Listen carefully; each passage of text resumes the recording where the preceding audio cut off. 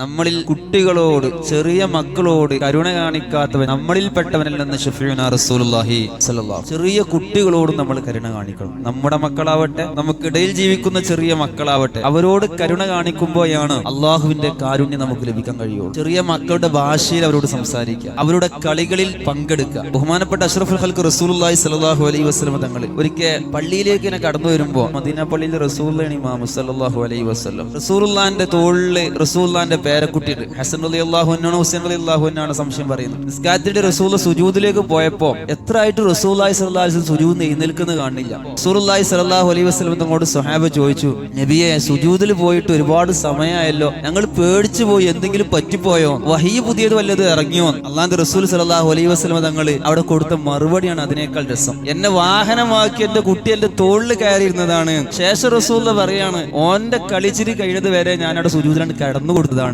ഇങ്ങനെ പോലെ കുട്ടിയോട് കാരുണ്യം കാണിച്ചു അഷ്റഫുൽ ഖൽഖ് റസൂലുള്ളാഹി സ്വല്ലല്ലാഹു അലൈഹി വസല്ലം. അല്ലാഹുവിന്റെ റസൂൽ സ്വല്ലല്ലാഹു അലൈഹി വസല്ലം തങ്ങൾ ഹസൻ റളിയല്ലാഹു അൻഹുവിനെ ഇങ്ങനെ അടുത്തിട്ട് ചുംബിക്കുമ്പോൾ റസൂലുള്ളാഹിന്റെ അടുക്കൽ ഒരു സ്വഹാബി ഉണ്ട്, അഖ്റഅ ഇബ്നു ഹാബിസ് റളിയല്ലാഹു അൻഹു. നബിയെ, എനിക്ക് 10 കുട്ടികളുണ്ട്, ഞാൻ ഒരാളെ ഇതുവരെ ചുംബിച്ചിട്ടില്ല. അല്ലാഹുവിന്റെ റസൂൽ മുഖത്തേക്ക് ഇങ്ങനെ നോക്കിയിട്ട് പിന്നെ പറഞ്ഞൊരു വാക്കുണ്ട്, കരുണ കാണിക്കാത്തവനോട് അള്ളാഹു കരുണ കാണിക്കൂല.